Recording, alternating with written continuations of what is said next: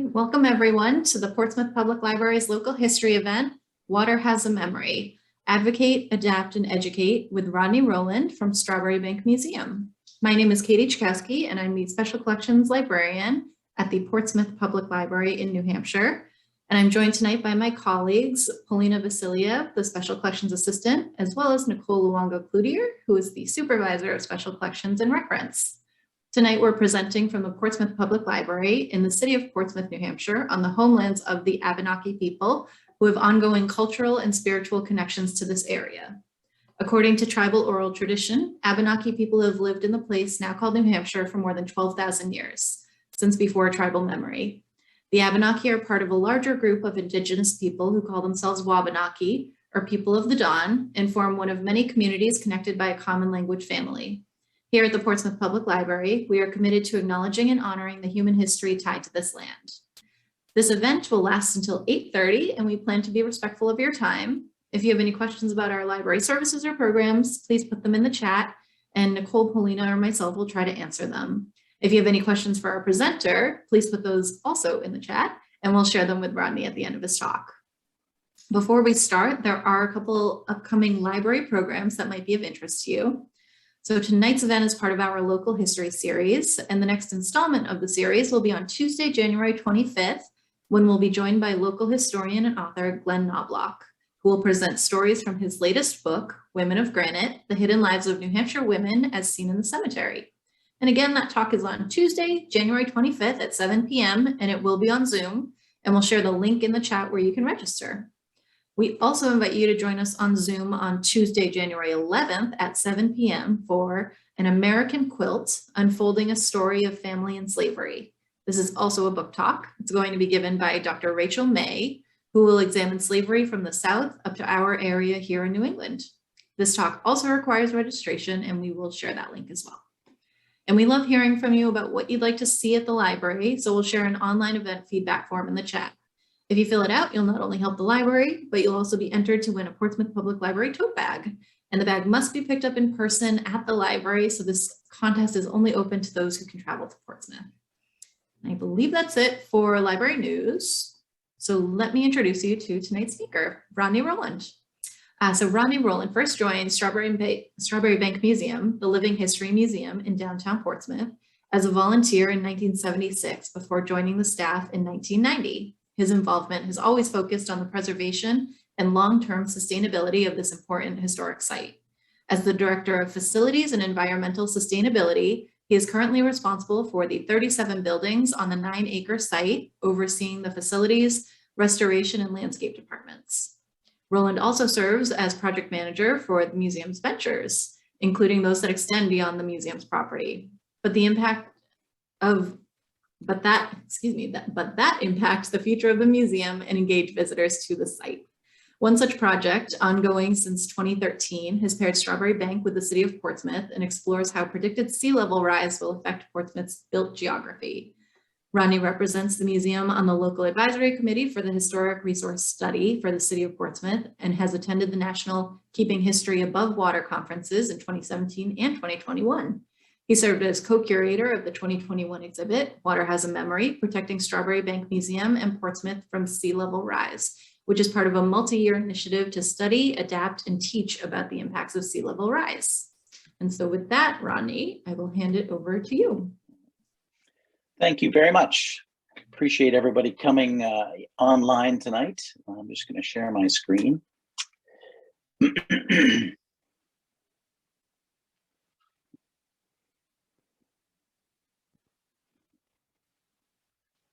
And we'll get started.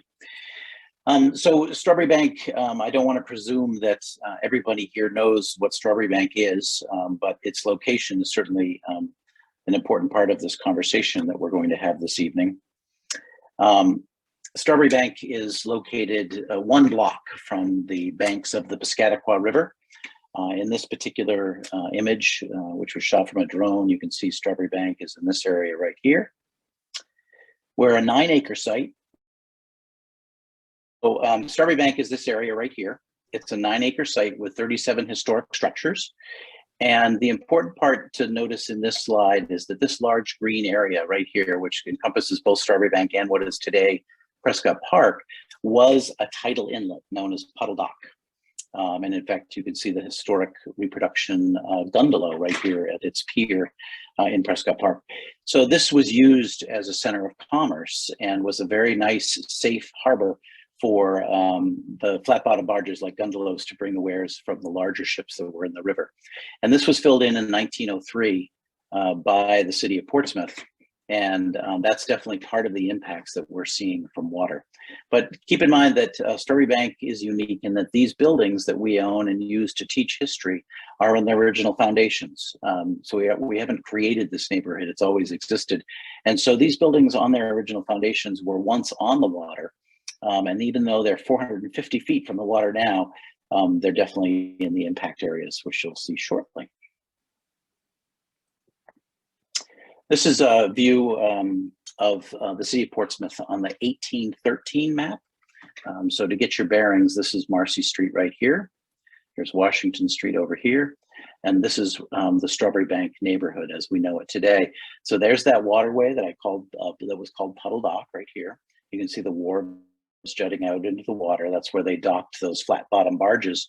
And these little squares represent the actual buildings that are still at Strawbery Bank, the Shapley Driscoll House and the Sherburne House, or these two right here. These are the impact areas because this was a waterway and it's the lowest point.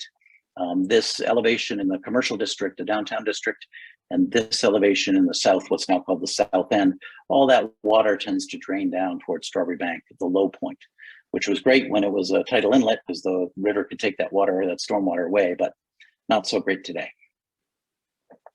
Moving forward in time, this is the 1877 view. Here's Puddle Dock right here.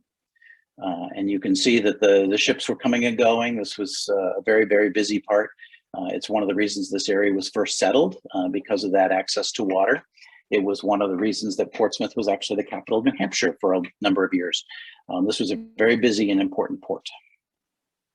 Also note the proximity to the South Mill Pond. I'll be getting to that shortly. These are the FEMA flood projection maps, zooming in on Strawbery Bank. So here's that large field at the center of Strawbery Bank. Here's Prescott Park over here. And you can see the FEMA flood projections clearly impact those buildings that are along what was the Puddle Dock waterway. This is a little clearer image of that. This is from the City of Portsmouth's sustainability website in the studies that they've done. And again, here's that large field at Strawbery Bank. Here's Puddle Lane, Marcy Street. And so you can see that a number of the Strawbery Bank properties along what was the waterway are at risk.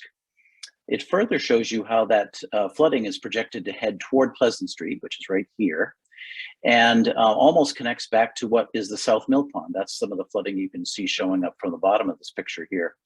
And the reason for that is that historically, Puddle Dock and the South Mill Pond were actually connected. There was a bridge on Washington Street called Canoe Bridge that's been identified archaeologically. And so that represents all the low points that were in this area and why the water wants to go back to it. This is all filled in land, and it was filled in at a time where the level of the water back then, it was fine, and now it's not so fine anymore. So here we have the first pictorial evidence of Puddle Dock returning to all its glory. These are three of our magnificent homes: the Shapley Driscoll House, built on that foundation in 1795, the historic Sherburne House from 1695, and the Peter Loud House from 1710. These buildings are probably the poster child for flooding. They're seeing both surface water issues and groundwater issues, and we'll be getting into that tonight. But this is kind of the image that we've been seeing more and more frequently throughout the year at Strawbery Bank. Beautiful shot from our photographer, David Murray. This is the skating rink at Strawbery Bank. And you can see how the waters are just piling in and around that area. And this is all surface water flooding. So this is water that's shedding from the south and from the north and ends up at this low point, which used to be at the tidal inlet, and now it has no place to go. So it's kind of trapped here and has nowhere to go. You couple that with the fact that the tide still comes and goes under Puddle Dock. Just because they filled it in doesn't mean the tide doesn't still go there. And so with the water, with the ground saturated by river water, again, all of this ponded stormwater has no place to go. It just sits there for days and days. So here we have some other images that I took of the museum in 2018. This was just at a time where we've got a serious deluge of rain. I think it was about 3-4 inches of rain in a day.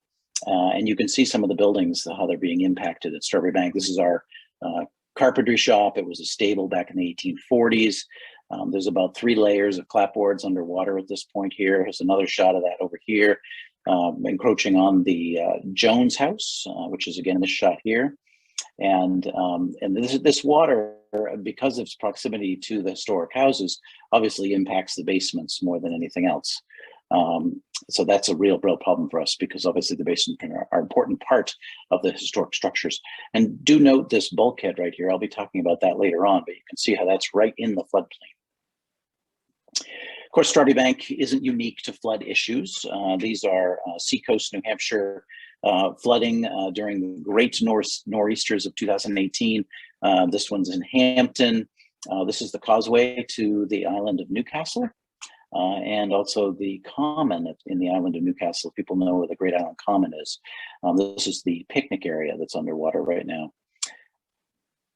And going a little farther afield, typical pictures from Venice. It's become such a flooding issue in Venice. They now issue these little orange booties to tourists, because it's just, if you want to get around the city these days, this is how you need to do it.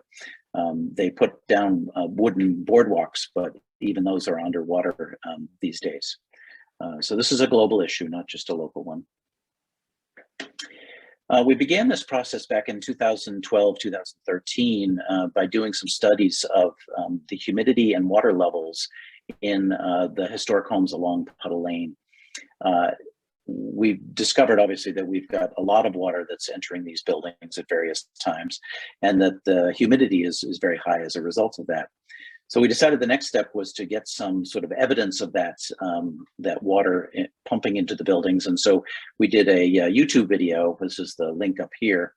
This is the Shapley Driscoll house, and we did a time-lapse video. You can see that on YouTube, and it basically fills up during an astronomical or king tide. It gets about 16 inches of salt water into the basement in 2 hours, and then 2 hours later it drains out. During a storm coupled with a king tide, we've measured as much as 26 inches of water in this basement. So definitely a relationship to what's going on in the river in the basement of the Shapley Driscoll house.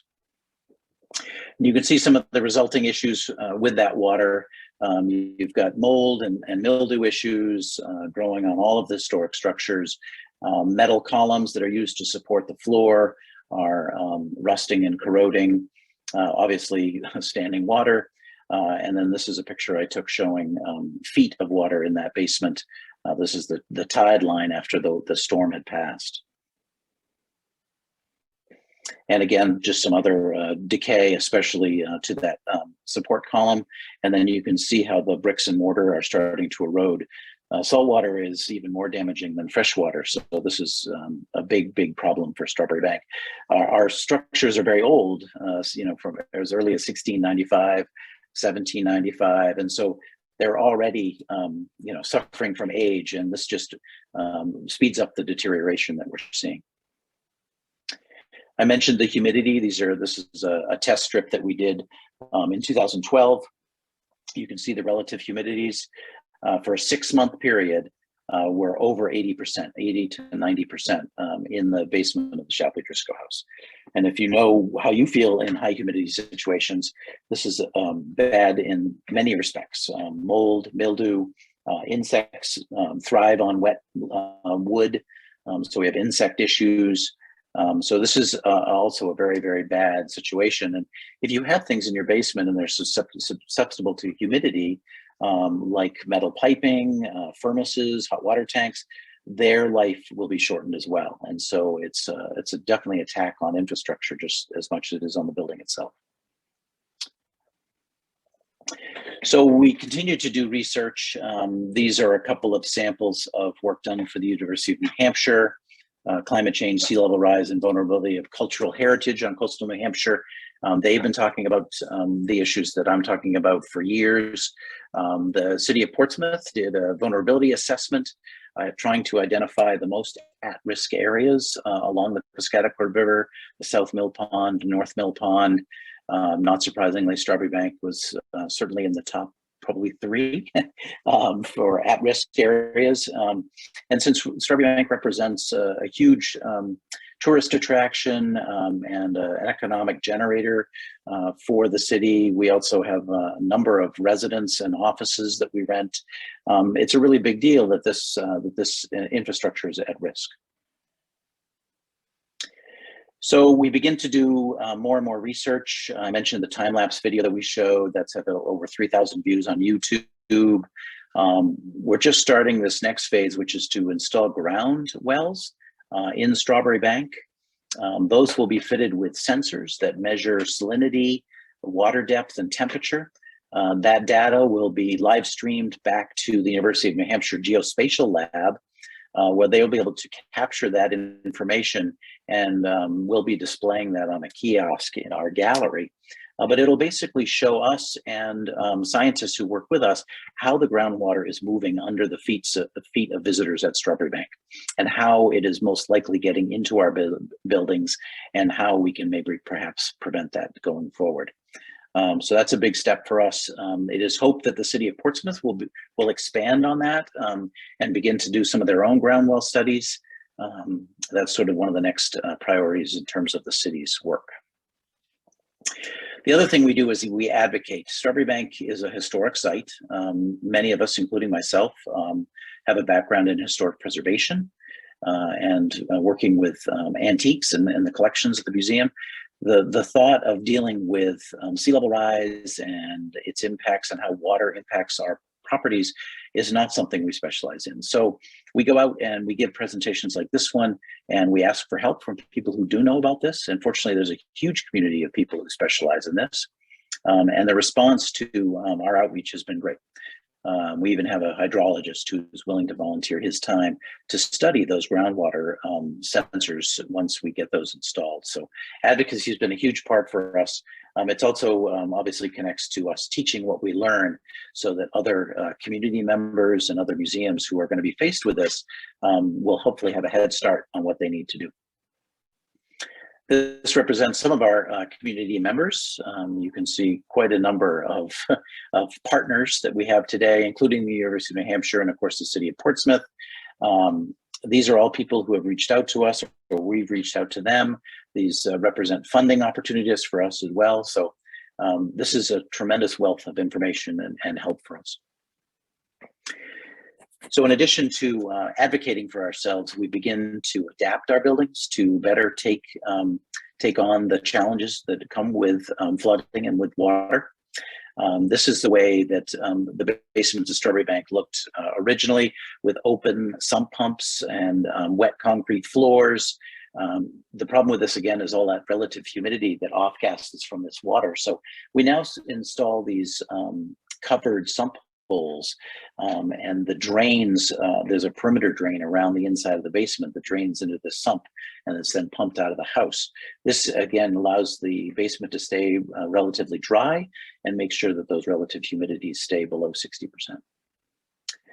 Here's that bulkhead I mentioned, although I may have disconnected when I mentioned it, so you might not have noticed it before, but this is the Jones House, which is right on Puddle Dock, right at ground zero.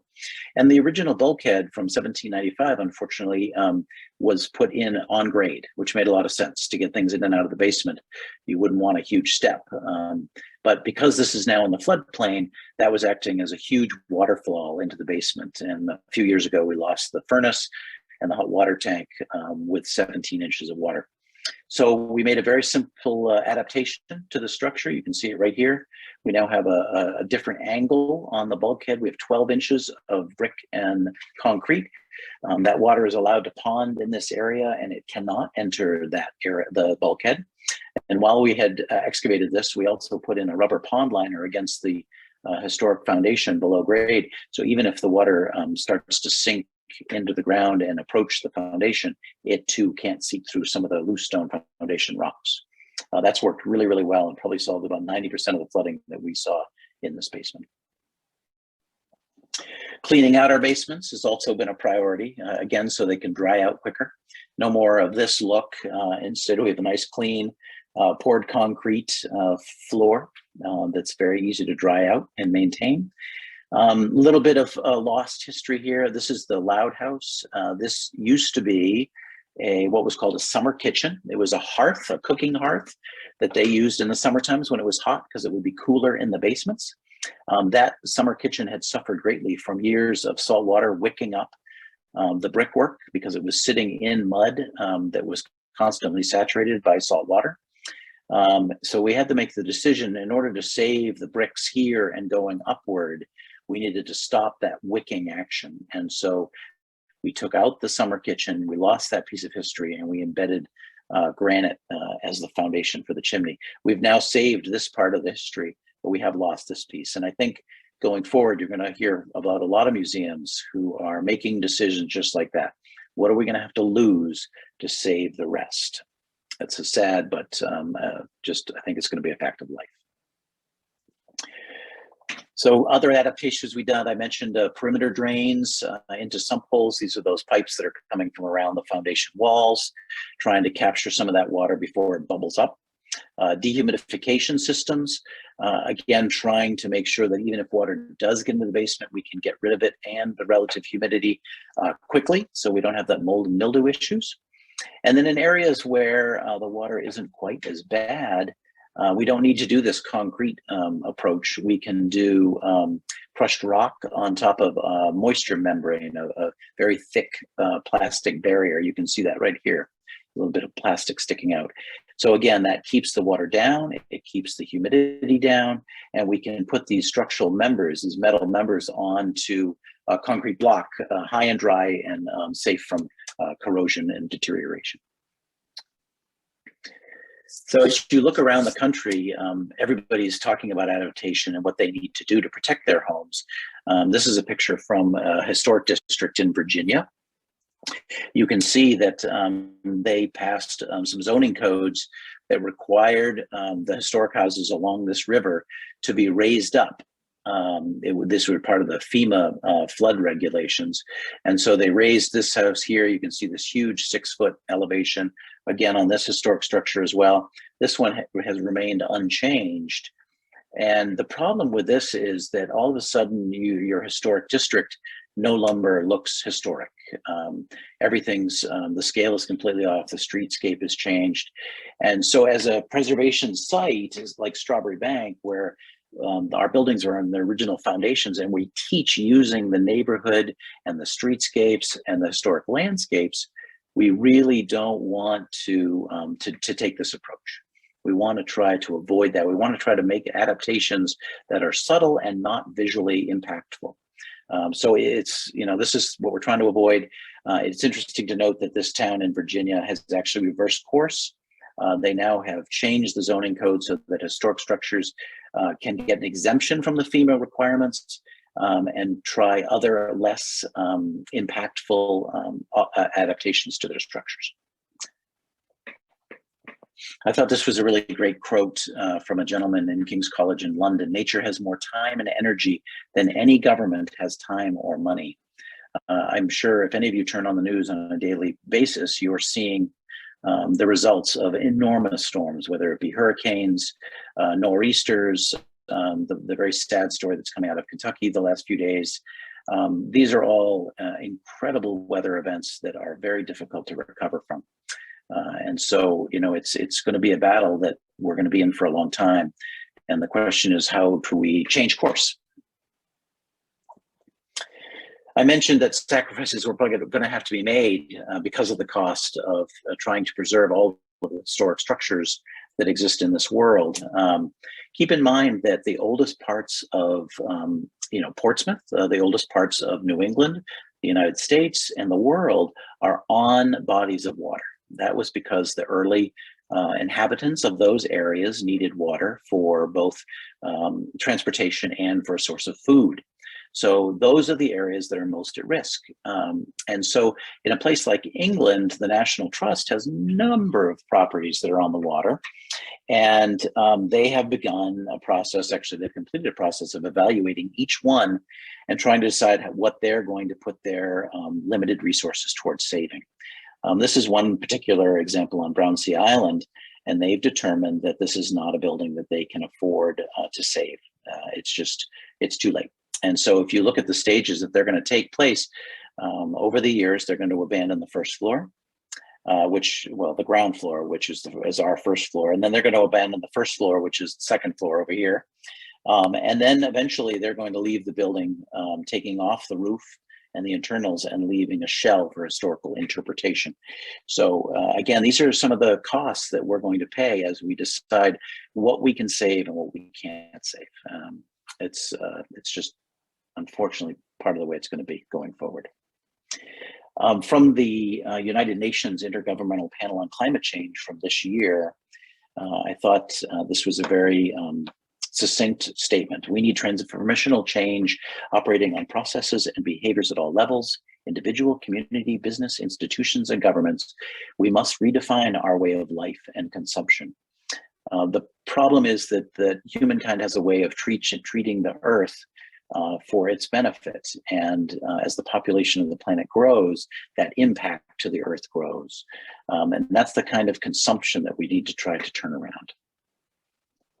Part of Strawbery Bank's efforts to do that is a gallery exhibit that you can see at Strawbery Bank for the next 2 years. It opened in August. Water has a memory, preserving Strawbery Bank and Portsmouth from sea level rise. This is a cooperative effort with the City of Portsmouth, and it's to tell the story that I'm telling you this evening, but to try to engage our visitors on what they can do to help the situation.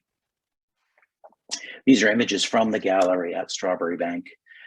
You can see we start right at the beginning with some of the flood projections on this panel, and 2 of the Strawbery Bank buildings, the Shapley Driscoll House and the Sherburne House. This is a little model. By turning the handle, you can see how the water levels are projected to reach the first floors of our historic houses, but that in 2020, they're already impacting the basements. That's a key piece. So we're already seeing impacts from increases in sea level rise. So we wanted to make that point right out of the gate as people came into the gallery. We've got numerous panels. We also have some beautiful historic artifacts from the Department of Public Works for the City of Portsmouth. This is a huge water valve that's over 250 pounds that decorates the gallery right now. A beautiful map of the waterworks for the City of Portsmouth from 1892. It actually transitions from when it was a private company called the Portsmouth Aqueduct Company. It then was sold to the City of Portsmouth and created what's today the Department of Public Works. So it's kind of a really nice tie with our history at Strawbery Bank and the City of Portsmouth. Some of the panels that reflect work that we're doing at Strawbery Bank, these are things that I've covered tonight. And then these 3 panels are directly from the City of Portsmouth's work to flood projections, for example, anticipated impact areas, vulnerability assessment, and then Think Blue, what you can do. Oh, I'll get to that in a second, actually. Just wanted to show you a close-up of kind of the wooden water pipes. These were actual City of Portsmouth water pipes way back in the 19th century, and then one that was installed, a cast iron one from 1898. Here's the Think Blue panel. This is a really great way for us to engage our visitors. The Department of Public Works in the City of Portsmouth is trying to educate people on stormwater. And so when water is traveling down the street and it goes down this grate right here, where does it go? Well, in the case of the City of Portsmouth, it goes right into the Scotticoa River. It isn't treated, that just goes right into the river. And so what we put down that drain matters. And it also matters how much we put down that drain. So if we can do certain things like washing our car on the lawn as opposed to the driveway, if we can pick up our dog waste, if we can install rain gardens or rain barrels, these are all things we can do to mitigate and protect stormwater before it goes down that drain. So what we're inviting people to do at the gallery is to run these yarns through the various loops on the panel. Each color yarn represents a different area where the visitor might become, whether it's an international visitor, a New England visitor, New York. Over time, you get this beautiful mosaic showing people's commitment to what they feel they can do in their lives to protect and mitigate stormwater. This information is then shared with the EPA because the city gets a lot of money from the EPA for various projects that they work on. And some of that needs to be used for public outreach. And this is a great opportunity for the city to do that public outreach. So we're happy to be the city's voice when it comes to some of these sea level rise and stormwater issues. My favorite part of the gallery exhibit is the window on the bank, as we're calling it. Basically, if you're in the gallery and you look out this window right here, you have a view down what was Puddle Dock, that large green field that I talked about in the beginning of the presentation. What we wanted to do was show people how over time that view shed, that look out this window, has changed. And so you've got these date buttons you can see just on the bottom here, which represent a century: 1600, 1700, 1800, 1900, 2000. And you can push a button and you'll see a view. So I think, for example, this one over here is 1600. So this is before European settlement. There were no Europeans living here. This was the land of the Abenaki people. And you can see one of them in a birch bark canoe fishing. We know from archaeological evidence that the Abenaki were here on this land of Strawbery Banke. And we know they used it as more of a summer camp and fishing grounds than they did as a year-long residence. But this is very typical of what that waterway that later became Puddle Dock was known. And here's a blow up of the various date buttons. So you see the 1600s, 1700s, we begin to get some wharves into the area. Two of the early structures, including the Sherburne House, which is still at Strawbery Banke. Then we go to the 1800s, we have more wharves. Here's the appearance of Marcy Street. You can just see in the background there. Three of the Strawbery Banke buildings, which I mentioned earlier. And then the big transformation when the City of Portsmouth decides to fill in this waterway in 1903, and they create what's called Newton Avenue. By law, if you lose a navigable channel, which is what this was, you have to put in a public street. So there's Newton Avenue, there's Scruton Avenue that goes off to the side here. There were a lot of scrap metal yards. It was a big industry in our neighborhood in the 20th century. So that's a big change right there. You can see the Liberty Pole, which still exists on Marcy Street. There it is in the 1800s there too. And then finally in the 2000s, what it looks like at Strawbery Banke today. But we didn't want to just talk about the history. We also needed to talk about the future. And so we had added two more buttons. You can see them right up here. The if we take action and if we delay, and you can see the resulting screens if you push those buttons. Yes, it's an exaggeration. I don't think we're ever going to see that much water at Strawbery Banke, but we're already seeing the deterioration. We're already seeing the impacts. It's already cost Strawbery Banke a lot of money, and we are a not-for-profit agency, so this matters. And so our ability to respond to this now is definitely going to matter what our future looks like. Because the museum isn't open 24/7, we wanted to make sure that this information was available to the public that might be walking around our site. So we did put an informational panel out by Marcy Street that talks about all of the issues that I brought up this evening.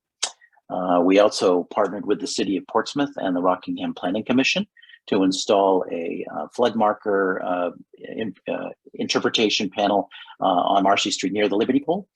These markers indicate where the FEMA flood projection waters could be if things don't change. And as you can see, this is a pretty dramatic height if we were to see that kind of water enter the historic Strawbery Banke. So that's kind of what I have to share with you this evening. I would welcome any questions. You can see my email up here on the left, and also all the information that I've been covering along with some of the videos that I mentioned are on our website under the Sustainability and Sea Level Rise tab. So you're welcome to visit that at your leisure, but I will stop sharing my screen now.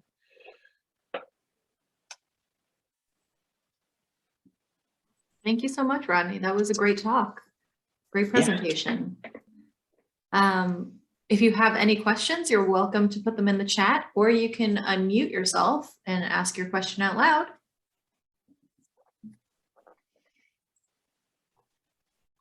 I should say that gallery space will be open again starting in May through October, and welcome anybody that wants to come and look at it. It's really a wonderful addition to what we have to offer for our public. So,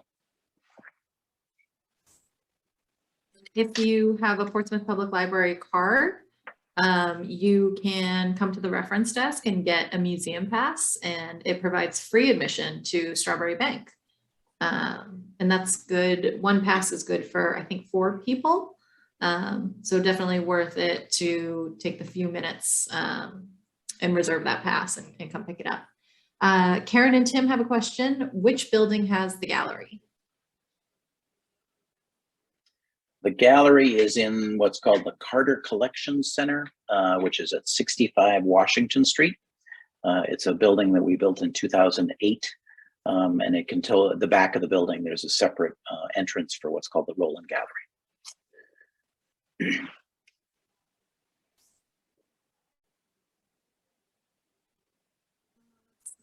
Kate has a question.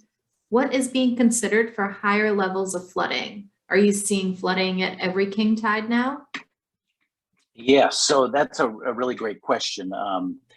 As I do this talk more and more, I change it to reflect the most current work that we're engaged in. And we have actually just started the next phase, but we haven't gotten enough down the road to include it in this talk yet. But so the groundwater issues are increasing.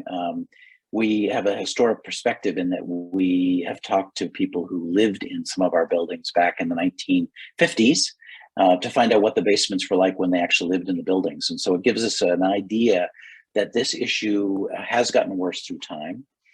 We had a restoration carpenter that's been on staff for 45 years, and he's seen the problems progress. And so the buildings, each one of them, we're going to treat individually based on the severity of the issue.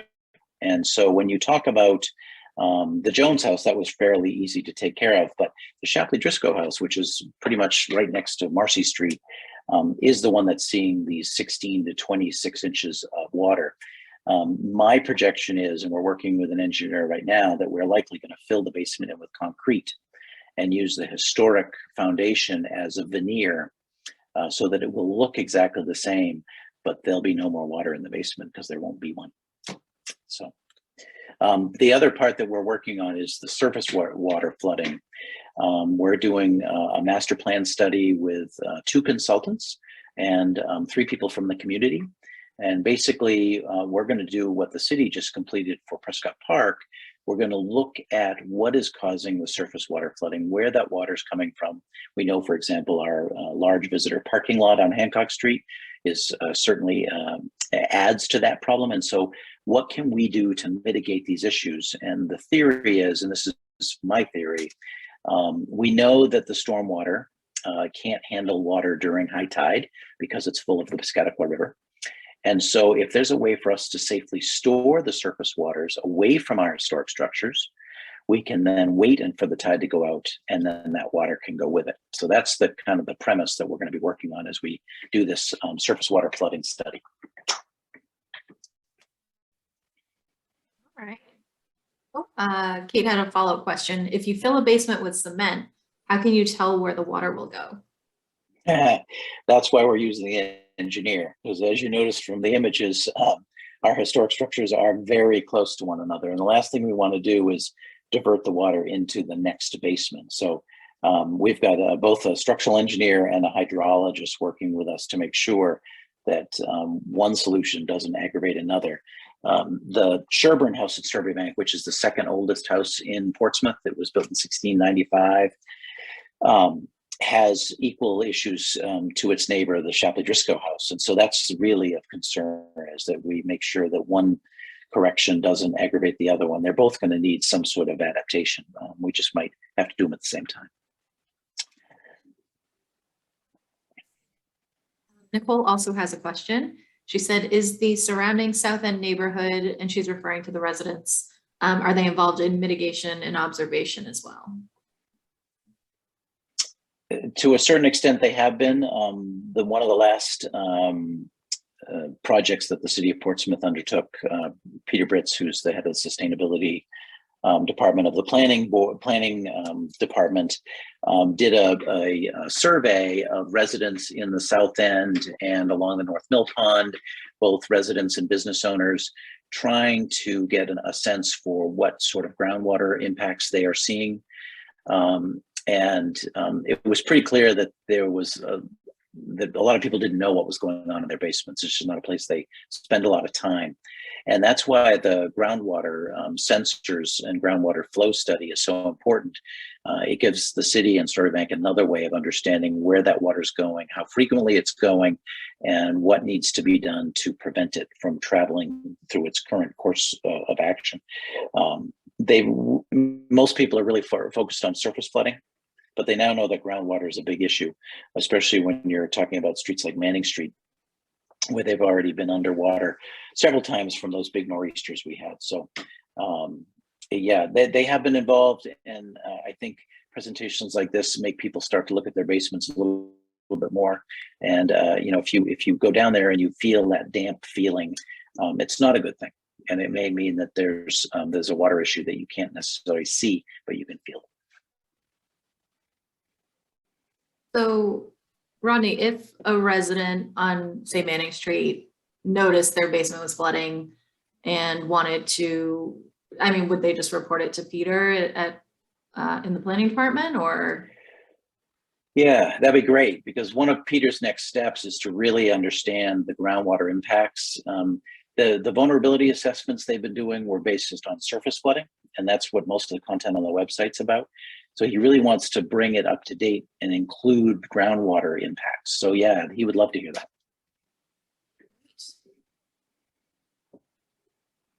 Peter's information can be found on the city's website, which is cityofportsmouth.com, in case anyone is wondering.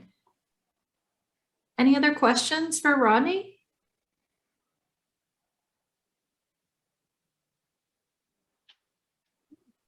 Nice comments, some nice feedback in the chat. I am also going to put in the chat some links that lead to our calendar and to that form that I talked about earlier, where you can, if you fill it out, you can win a library bag, which is a really great tote bag.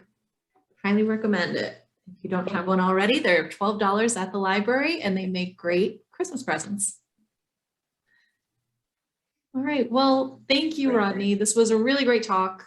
Tons of information. My pleasure. Sorry for the technology. No, sorry for the technology. Oops, but glad it worked in the end. It did work in the end. It was perfect. And thank you to everyone for joining us tonight and taking time out of your Tuesday evening. We really appreciate that. So thank you. And you're welcome to unmute yourselves. I believe, I think you can unmute yourselves. Yeah. If you want to unmute yourselves and say goodnight, you are welcome to. Thank you all you. for coming. Very interesting. Thank you, Rodney. Thank You're you very welcome. much. Thank you. Thank you so much. Thanks, everyone. Have a nice night. You too. Thank you.